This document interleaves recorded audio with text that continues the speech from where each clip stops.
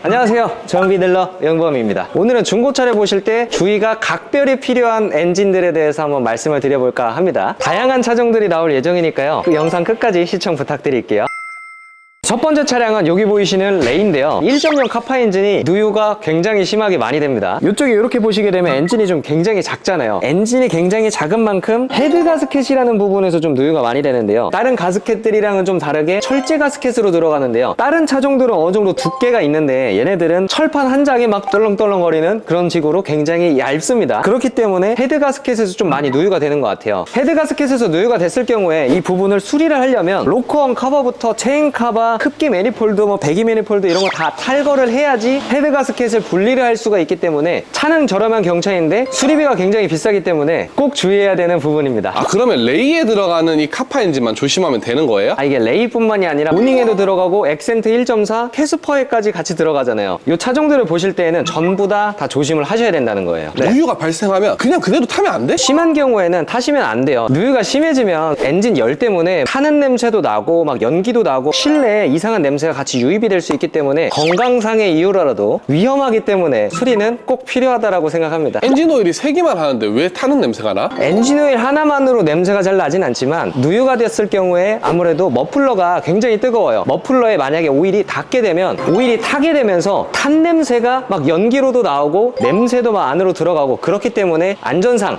그리고 건강상의 이유로라도 누유 수리는 바로 하셔야 됩니다. 그러면 경차 보러 갈 때 누유 발생한 걸 어떻게 체크할 수 있어요? 디자인 커버를 탈거를 하고요, 로커원 커버랑 체인 커버랑 연결되어 있는 부위, 체인 커버랑 실린더 블록이랑 연결되어 있는 이 부위를 중점적으로 봐주시면 되는데요, 만약에 여기에 촉촉하게 뭔가 맺혀 있거나 먼지랑 오일이 떡져 있는 경우 누유라고 봐주시면 됩니다. 경차는 차체가 작기 때문에 이 안쪽 면은 잘 보이지 않기 때문에요, 요거는 꼭 리프트를 띄워서 밑에서 봐야 된다는 거 꼭 주의해 주시면 좋을 것 같습니다.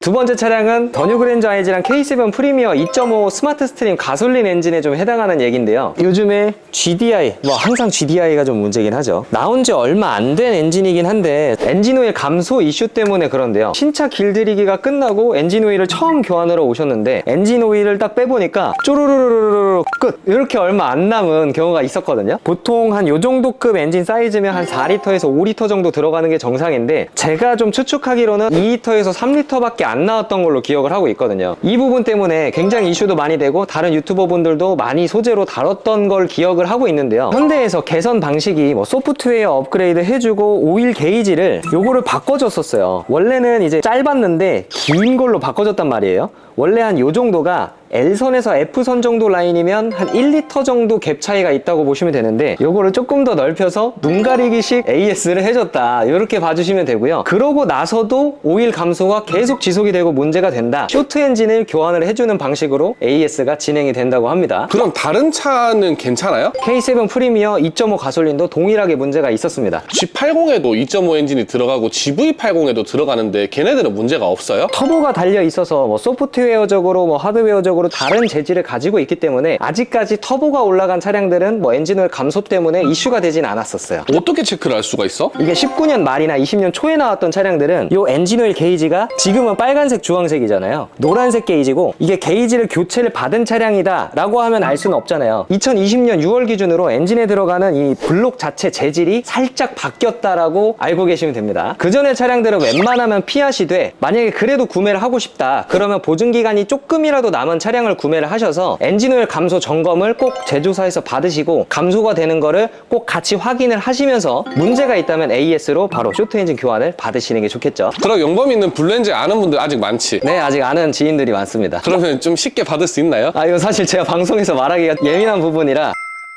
세 번째 차량은 바로 아반떼 MG 차량입니다. 그 유명한 1.6 GDI 엔진이 들어가 있잖아요. 1세대 K3 또는 i30 아니면 포르테에도 들어가는 현대기아의 준준형급 차량이 대부분 들어가는 엔진이라고 보시면 됩니다. 감마 엔진은 되게 좋은 엔진이라고 너 입으로 얘기했었던 거 아니에요? MPI가 있고 GDI가 있어요. 옛날에 아반떼 HD 2010년식까지는 MPI 방식을 쓰다가 11년식 아반떼 MD부터는 GDI 방식을 쓰기 시작했거든요. 이렇게 아주 자랑스럽게 GDI, 가솔린 다이렉트 인젝션, 되게 대단해 보이긴 하지만 양날의 검이라고 보시면 돼요. 1.6 GDI 감마 엔진 같은 경우에는 엔진 오일 감소 이슈가 크게 있는데요. 엔진 오일을 이렇게 교환을 했을 때는 대부분 F선에다가 많이 맞춰주는데, 그러고 나서 한 2,000km, 3,000km 타고 나면 엔진 오일이 없어집니다. 왜 그러냐면 실린더 블록이랑 피스톤이 이렇게 이제 다 맞닿으면서 왔다 갔다 하는데, 간극 때문에 엔진 오일이 윤활 작용을 하고 딱 내려가 줘야 되는데 연소실 위로 올라가서 연소실에서 연료랑 같이 타서 없어진다라고 보시면 돼요. 그리고 또 두 번째로는 노킹 현상이 굉장히 심하게 있는 차량들이 있는데요. 피스톤이 이렇게 어느 정도 위아래로만 움직여야 되는데 여기 간극이 높다 보니까 덜그럭 치면서 내려갔다 올라갔다 하기 때문에 까르릉 이런 식으로 좀 소리가 나기도 하거든요. 그런 문제가 있는 엔진이라고 보시면 됩니다. 그러면 이런 차들은 많이 팔리는 차종이잖아요. 이런 차를 볼 때는 어떤 걸 주의해야 돼요? 1차적으로는 오일을 먹게 되면 흰색 연기가 머플러에서 막 나옵니다. 소독차처럼 나오는 특징이 있고요. 그리고 오일이 연소되면서 불완전 연소가 좀 많이 되기 때문에 배출가스가 좀 안 좋게 많이 나온다, 이렇게 봐주시면 됩니다. 그래서 이쪽 뒤로 한번 가보실게요. 디젤차뿐만 아니라 GDI 가솔린 차량들도 머플러를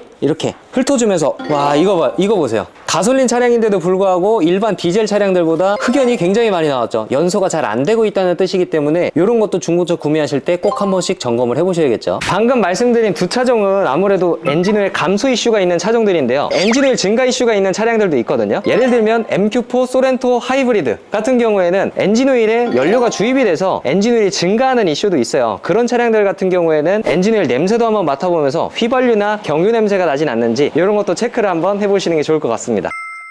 네 번째 차량은 가쁜 벤츠입니다. 벤츠가 뭐 명품차다, 명차다 이렇게 하시는 분들도 있으시지만 V8 엔진은 스크래치 맛집으로 아주 명성이 자자해요. 이게 스크래치가 아까 말씀드렸던 차량들처럼 피스톤이 실린더 벽을 긁어가지고 다 스크래치가 나는 거거든요. 나중에 진짜 문제가 되면 딱딱딱딱딱딱딱 이런 식으로 가솔린 V8 피스톤이 8개나 있는 배기량이 큰 엔진인데도 불구하고 굉장히 이상한 소음이 같이 들릴 수도 있고요. 그리고 경고등이 같이 점등이 될 수가 있습니다. 이게 그러면 악명 높은 그 세타 엔진이랑 거의 비슷한 거야? 이게 바로 벤츠의 세타 엔진이라고 보시면 됩니다. 견적을 한번 알아보니까요, 이 부분에서 수리를 하는 데 있어서 중고로 어느 정도 좀 싸게 했을 때에도 2,500만 원이라는 견적이. 중고로 2,500? 네, 실린더 블록 자체도 갈거나 또 보링을 하거나 내리면서도 공인비도 있을 거고요. 주변 부품들도 내린 김에 같이 갈아줘야 되기 때문에 그래서 비용이 굉장히 많이 나온다, 이렇게 봐주시면 돼요. 아니 피스톤이 이렇게 많은데도 네. 왜 이렇게 내구성이 안 좋은 거야? 이게 뭐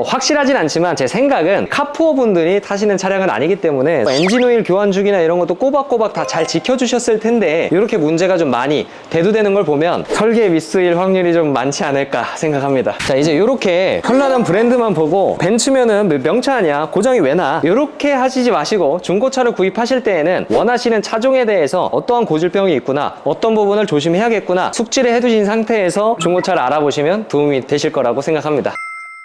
영방 오늘 세타 엔진은 네. 딱히 얘기를 안 했는데 세타 엔진은 괜찮아? 세타2 엔진 같은 경우에는 제 영상에 35번 정도 얘기를 했기 때문에 오늘 영상에서는 좀 제외를 시켰고요. 그럼 랜드로버는? 랜드로버 같은 경우에는 4.4 V8 디젤 엔진이 악명이 높기는 한데 랜드로버는 제가 공부를 조금 더 해서 아예 랜드로버 특집으로 한번 영상을 준비를 해볼 예정이니까요. 구독이랑 좋아요, 알림 설정 꼭 좀 부탁드리겠습니다. 감사합니다. 정비딜러 영범이었습니다.